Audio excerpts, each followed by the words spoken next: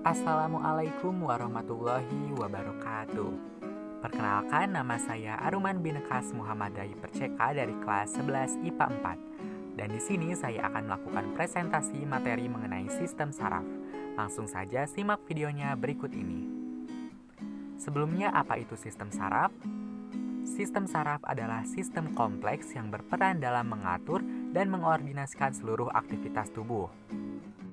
Sistem ini memungkinkan Anda untuk melakukan berbagai kegiatan seperti berjalan, berbicara, menelan, bernafas, serta semua aktivitas mental termasuk berpikir, belajar, dan mengingat. Kemudian struktur saraf. Kita bahas satu persatu. Yang pertama ada dendrit. Dendrit yang bentuknya menyerupai bentuk akar ini merupakan percabangan dari cabang sel. Dendrit berfungsi untuk menerima atau mengantarkan rangsangan dari dan ke badan sel. Yang kedua ada nukleus dan badan sel. Badan sel merupakan bagian terbesar dari sel saraf yang mengandung banyak komponen penting. Di dalam badan sel ini kita dapat menemukan sitoplasma nukleus atau inti sel. Tugasnya untuk menerima rangsangan dari dendrit yang kemudian diteruskan ke akson. Badan sel hanya dimiliki sel saraf tertentu. Yang ketiga ada akson. Akson adalah serabut sel saraf panjang yang terlihat seperti penjuluran dari badan sel. Akson ini mirip dengan dendrit.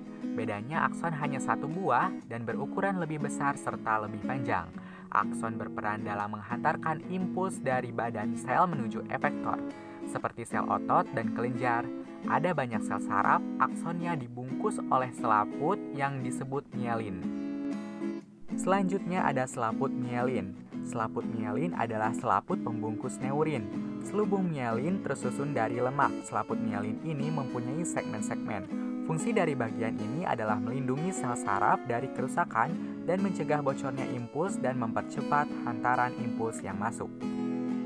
Kemudian ada nodus Ranvier. Nodus Ranvier ini merupakan bagian antara dua segmen selubung mielin. Fungsinya sebagai loncatan impuls agar sampai lebih cepat ke tujuan. Ukurannya berdiameter sekitar 1 mikrometer. Dinamakan nodus Ranvier karena ditemukan oleh Louis Antoine Ranvier. Dan yang terakhir yaitu akson terminal. Akson terminal ini berfungsi sebagai penerima rangsangan tempat pertukaran informasi. Jenis-jenis sel saraf. Sel saraf sensorik. Sel saraf sensorik atau neuron sensorik ini berfungsi mengantarkan impuls atau rangsangan yang diterima dari alat indera menuju ke otak atau pusat saraf yang disebut sebagai sel saraf indera. Selanjutnya sel saraf motorik.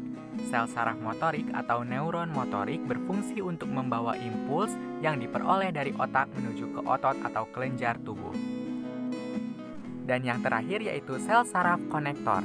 Sel saraf konektor atau interneuron berfungsi sebagai penghubung atau perantara yang meneruskan rangsangan dari neuron sensorik ke neuron motorik.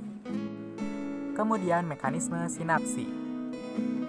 Sinaptik merupakan titik temu antara terminal akson salah satu neuron dengan neuron yang lain.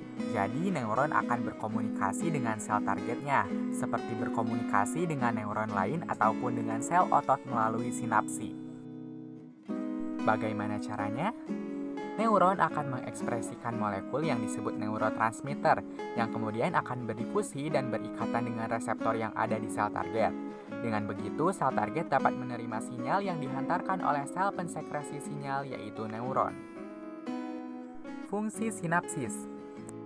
Sinapsis berfungsi sebagai pusat sensasi, memori dan kognitif, kemudian pergerakan tubuh. Sekian presentasi dari saya. Mohon maaf bila ada kesalahan dan terima kasih sudah menonton. Wassalamualaikum warahmatullahi wabarakatuh.